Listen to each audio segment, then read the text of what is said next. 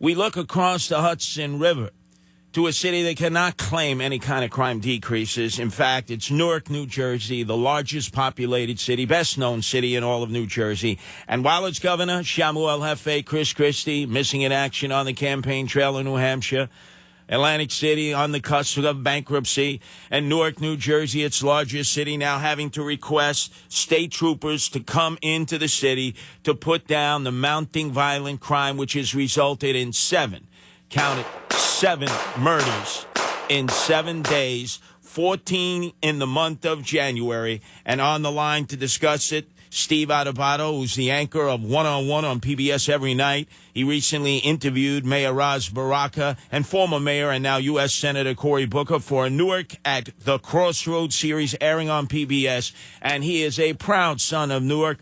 Thanks for joining us on the Drive Home at 5, Steve. Curtis, it is always a pleasure to talk to you on the line, but the most important part about me is my parents still live in Newark, New Jersey, and proud to be part of the city and worrying about crime every day.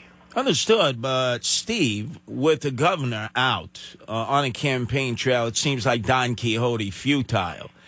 All of these problems emerging back in New Jersey, it has to be casting a pall over the fact that he insists that he can run the state government vis-a-vis FaceTime and Skyping. Look, Curtis, the governor made a call. He made a decision. And he's going to have to live with that. And the citizens of New Jersey, the 8 million citizens of the state, are dealing with that. And I'm going to say something that you know is true, that what happens in New Hampshire next week will largely dictate whether the governor comes back to the state of New Jersey to govern or he continues on with this campaign. But I will say that the state of New Jersey needs the governor to solve some of these problems together with the Democratic legislature. And I respect the governor. I like the governor. We need him here in New Jersey on a more full-time basis. Or he goes on to the presidency, one or the other. Well, you know he ain't going on to the presidency. And it was Anthony Ambrose, recently appointed public safety director in Newark, who called for the state police to intervene. I'm asking them to come in with uniformed troopers. I'm asking them to come in with investigative to help us on the investigative side. And this is after plea on behalf of the residents who are just overwhelmed by the violence. I haven't seen the worst at all. This has been the worst. It kills something in my soul because it's very heartbreaking that you can't walk outside to take trash out. Now, Sliwa and Adubato, the mayor who you interviewed, Mayor Ras Baraka, he said, look, I wish people would get just as irritated about homicide as they are about the recent blizzard and snowfall. But I got to tell you, I've been following this guy's baptism in being an anti-cop, quote, citizen activist who never was one to want to bust the code of the streets, that snitches get stitches and end up in ditches. Now he's the mayor. Now he's pro-cop. He can't have it both ways. Yes, he can, Curtis, because here's my view of it. I was concerned about the mayor when he was a candidate because I was worried about how he would engage the police and worried about how he would deal with that activist background and balance his commitment to the community and still be a supporter of the cops. And the bottom line is this, he's right, Curtis, and you know it.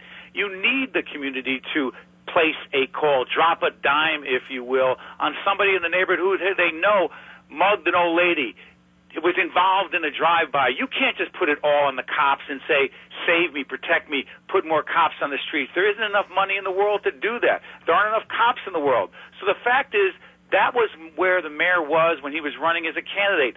Now he is the chief executive of the city and knows that rallies and marches and calling the police names and saying they are the problem isn't going to solve the crime problem. So the mayor is trying to bring people together with community engagement. That's only part of the problem, and he has to find that balance, and I think he's right. Steve, he has the same reputation with the police as Comrade Bill de Blasio has in New York City.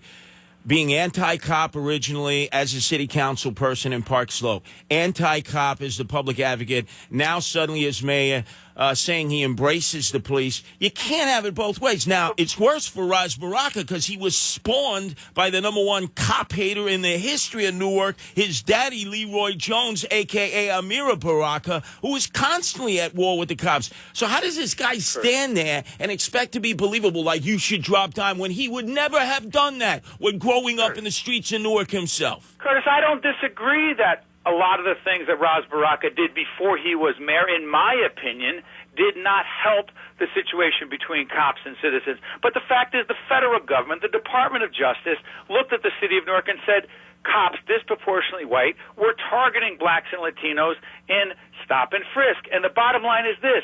The mayor realizes that targeting cops and blaming cops isn't the answer. So what would you have him do? Continue to blame cops or say we need to find a bridge, we need to get the community involved?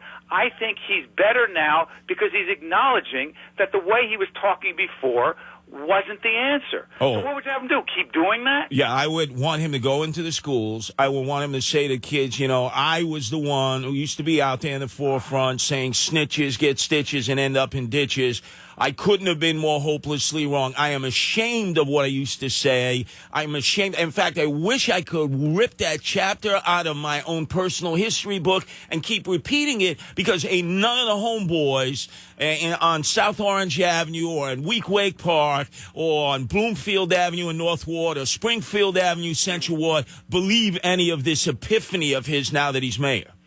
I would understand, Curtis, a lot of cops, white, black, Hispanic, other, who are somewhat suspicious of the mayor. And the fact that there's a civilian review board in Newark, where both cities, they have it in New York now, a lot of the cops are suspicious. And I get that. But let me tell you something. That lack of trust, that suspicion between the cops and the mayor, between the community and the cops, you tell me how that's going to make the situation any better. I see that he has a possible initiative based on what was passed in Washington, D.C. the other day by their city council. I knew you were going there, Curtis. Bribery of young people.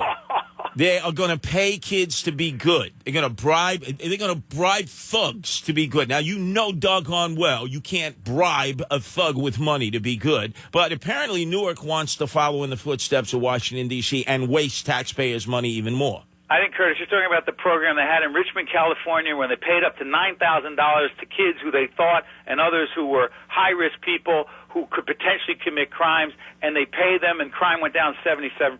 You asked me, and by the way, now in Washington, the city council voted for it unanimously. Newark is considering it.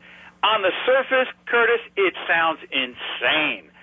Pay people not to commit crimes, but I think it's so desperate in Newark. It's so bad in Newark. 7 murders in 7 days.